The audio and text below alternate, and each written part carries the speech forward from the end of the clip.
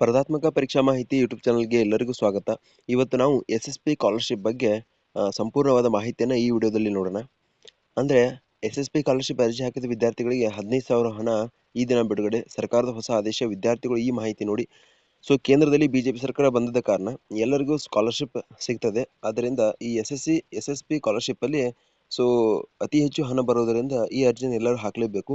ಅದಕ್ಕೆ ಸಂಬಂಧಿಸಿದ ಅರ್ಹತೆಗಳನ್ನು ಮತ್ತು ಯಾರ್ಯಾರು ಅರ್ಜಿ ಸಲ್ಲಿಸಬಹುದು ಈ ಒಂದು ಸಂಪೂರ್ಣವಾದ ಮಾಹಿತಿಯನ್ನು ಈ ವಿಡಿಯೋದಲ್ಲಿ ನೋಡೋಣ. ವಿಡಿಯೋನ ಕೊನೆವರೆಗೂ ನೋಡಿ. ಅದರಲ್ಲಿಯೂ ಸೆಕೆಂಡ್ PU ಮತ್ತು ಸೆಕೆಂಡ್ PU ಅಲ್ಲಿ ಅತಿ ಹೆಚ್ಚು ಅಂಕಗಳನ್ನು ಪಡೆದುಕೊಂಡ ವಿದ್ಯಾರ್ಥಿಗಳು ನೋಡಲೇಬೇಕಾದ ವಿಡಿಯೋ ಆಗಿದೆ.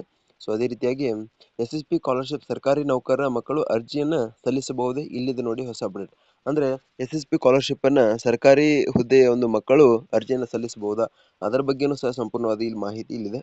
ಅದೇ ರೀತಿಯಾಗಿ ಈ SSP ಸ್ಕಾಲರ್‌ಶಿಪ್ ವಿದ್ಯಾರ್ಥಿಗಳ ಅರ್ಜಿ ಸಲ್ಲಿಕೆಗೆ ಬೇಕಾಗುವ ಒಂದು ಅರ್ಹತೆಗಳನ್ನು ನಾವು ನೋಡುವುದಾದರೆ, ಅರ್ಹತೆಗಳು ಏನಿರ್ಬೇಕಂತಂದ್ರೆ ಅರ್ಜಿದಾರರು ಕರ್ನಾಟಕದ ನಿವಾಸಿಯಾಗಿರಬೇಕು ಈ SSP ಸ್ಕಾಲರ್‌ಶಿಪ್ ಅನ್ನ ಅರ್ಜಿ ಹಾಕುವವರು.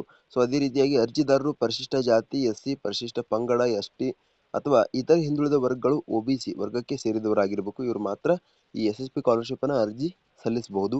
ಅದೇ ರೀತಿಯಾಗಿ ಅರ್ಜಿದಾರರು ರೂಪಾಯಿ 2.5 ಲಕ್ಷ ಅಂದ್ರೆ 2.5 ಲಕ್ಷಕ್ಕಿಂತ ಕಡಿಮೆ ವಾರ್ಷಿಕ ಆದಾಯವನ್ನು ಹೊಂದಿರಬೇಕಾಗ್ತದೆ. ಅವರು ಮಾತ್ರ SSP ಸ್ಕಾಲರ್‌ಶಿಪ್ ಅನ್ನ ಅರ್ಜಿ ಸಲ್ಲಿಸಬಹುದು. ಅದೇ ರೀತಿಯಾಗಿ ನಾವು ಅರ್ಜಿದಾರರು ಹಿಂದಿನ ತರಗತಿಯ ಪರೀಕ್ಷೆಯಲ್ಲಿ ಕನಿಷ್ಠ 50% ಅಂಕಗಳನ್ನು ಪಡೆದಿರಬೇಕಾಗುತ್ತೆ. ನಾ ಹೇಳಿದ್ನಲ್ಲ. ಅದೇ ರೀತಿ ಹಿಂದಿನ ತರಗತಿಯಲ್ಲಿ ಅವರು 50%ಕ್ಕಿಂತ ಹೆಚ್ಚು ಅಂಕಗಳನ್ನು ಪಡೆದಿರಬೇಕು.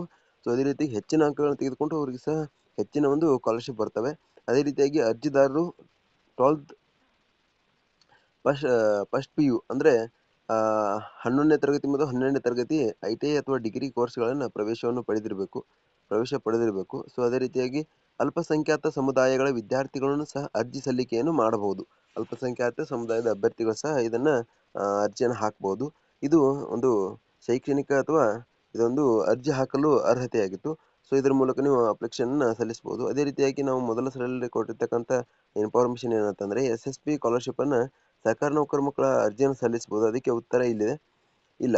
ಗೆಳೆಯರೇ, ನಿಮ್ಮ ಪೋಷಕರಲ್ಲಿ ಯಾರೇ ಆಗಲಿ ಒಬ್ಬರು ಅಥವಾ ಇಬ್ಬರು ನಿವೃತ್ತಿ ಸರ್ಕಾರಿ ನೌಕರರು ಮಾಡುತ್ತಿದ್ದಾರೆ ಅಥವಾ ಪ್ರಸ್ತುತ ಸೇವೆಯಲ್ಲಿದ್ದರೆ ಅಂತಹವರ ಮಕ್ಕಳು ಸರ್ಕಾರದ ಕಡೆಯಿಂದ ನೀಡುವ ಯಾವುದೇ ರೀತಿಯಲ್ಲಿ ವಿದ್ಯಾರ್ಥಿ ವೇತನವನ್ನು ಪಡೆಯಲು ಅರ್ಹರಾಗಿರುವುದಿಲ್ಲ. ಅದೇ ರೀತಿಯಾಗಿ ವಿದ್ಯಾರ್ಥಿಗಳ ಪೋಷಕರು ನಿವೃತ್ತರಾಗಿದ್ದರೂ ಸಹ ಸರ್ಕಾರಿ ನೌಕರರ ಮಕ್ಕಳು SSP ವಿದ್ಯಾರ್ಥಿ ವೇತನ ಅಥವಾ ಇನ್ನಾವುದೇ ವಿದ್ಯಾರ್ಥಿ ವೇತನಕ್ಕೆ ಅರ್ಜಿ ಸಲ್ಲಿಕೆ ಮಾಡಲು ಸಾಧ್ಯವಿಲ್ಲ. ಆದಾಗ್ಯೂ ತಂದೆಯ ಸರ್ಕಾರಿ ಪಿಂಚಣಿ ಯೋಜನೆಗಳ ಅಡಿಯಲ್ಲಿ ಪಿಂಚಣಿ ಪಡೆಯಲು ಮಕ್ಕಳು ಅವಕಾಶನ ಹೊಂದಿರ್ತಾರೆ. ಯಾವುದೇ ಒಂದು ಸರ್ಕಾರಿ ನೌಕರಿ ನಿಮ್ಮ ತಂದೆಯವರಿಗಿತ್ತಂದ್ರೆ ನೀವು ಅರ್ಜಿಯನ್ನು ಸಲ್ಲಿಕೆಗೆ ಅರ್ಹರಾಗಿರುವುದಿಲ್ಲ. ಯಾಕಂತಂದ್ರೆ ಗೌರ್ಮೆಂಟ್ ಜಾಬ್ ಇರುವುದರಿಂದ ಅವರು ನಿಮಗೆ ಆದ್ಯತೆಯನ್ನು ಕೊಡುವುದಿಲ್ಲ. ಆದ್ದರಿಂದ ಇದು SSP ಸ್ಕಾಲರ್‌ಶಿಪ್ಗೆ ಸಂಬಂಧಿಸಿದ ಒಂದು ಮಾಹಿತಿಯಾಗಿತ್ತು. ಇಂತಹ ಅಪ್ಡೇಟ್ಗಳಿಗಾಗಿ ನಮ್ಮ ಯೂಟ್ಯೂಬ್ ಚಾನಲ್ನ ಸಬ್ಸ್ಕ್ರೈಬ್ ಮಾಡ್ಕೊಳ್ಳಿ ಮತ್ತು ನೋಟಿಫೈ ಆಗಿರಿ. ಅದೇ ರೀತಿಯಾಗಿ ಈ ವಿಡಿಯೋ ಇಷ್ಟವಾದರೆ ಲೈಕ್ ಮಾಡಿ, ಶೇರ್ ಮಾಡಿ, ಸಬ್ಸ್ಕ್ರೈಬ್ ಮಾಡಿ. ಎಲ್ಲರಿಗೂ ಧನ್ಯವಾದಗಳು. ಈ SSP ಸ್ಕಾಲರ್‌ಶಿಪ್ ಅನ್ನು ಎಲ್ಲರೂ ಅರ್ಜಿಯನ್ನು ಸಲ್ಲಿಸಿ. ಯಾಕಂತಂದ್ರೆ ನಿಮ್ಮ ಓದಿಗೆ, ನಿಮ್ಮ ಶಿಕ್ಷಣಕ್ಕೆ ಈ ಹಣವು ಹೆಲ್ಪ್ ಆಗುತ್ತದೆ. ಎಲ್ಲರಿಗೂ ಧನ್ಯವಾದಗಳು.